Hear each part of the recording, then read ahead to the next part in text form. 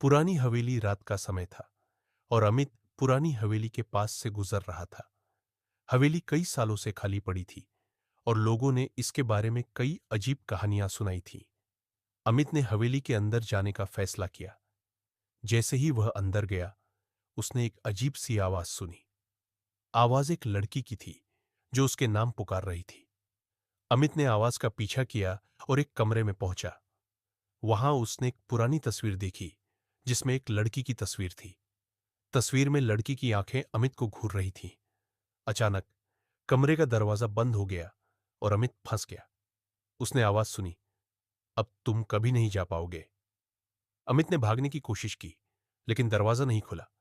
वह वहां फंस गया था और अंधेरे में उसे लड़की की आंखें दिखाई दे रही थी।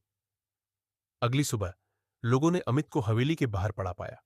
वह बेहोश था और उसके चेहरे पर एक अजीब सी भय की भावना थी। उसके बाद अमित ने कभी हवेली के बारे में बात नहीं की, लेकिन लोगों ने कहा कि रात के समय में अभी भी उस हवेली से एक लड़की की आवाज सुनाई देती है जो लोगों को अपने पास बुलाती है। सब्सक्राइब को लाइक नहीं किया है तो कर लो। अमित धीरे धीरे ठीक हो गया, लेकिन उसके दिमाग में हवेली की घटनाएं अभी भी घूम रही थी। उसने हवेली के बारे में पता करने की कोशिश की, लेकिन किसी ने भी उसे सही जानकारी नहीं दी। एक दिन अमित ने एक पुराने पुजारी से मुलाकात की जो उस इलाके के इतिहास के बारे में जानते थे। पुजारी ने अमित को बताया कि हवेली में एक लड़की की आत्मा फंसी हुई है जिसका नाम माया था।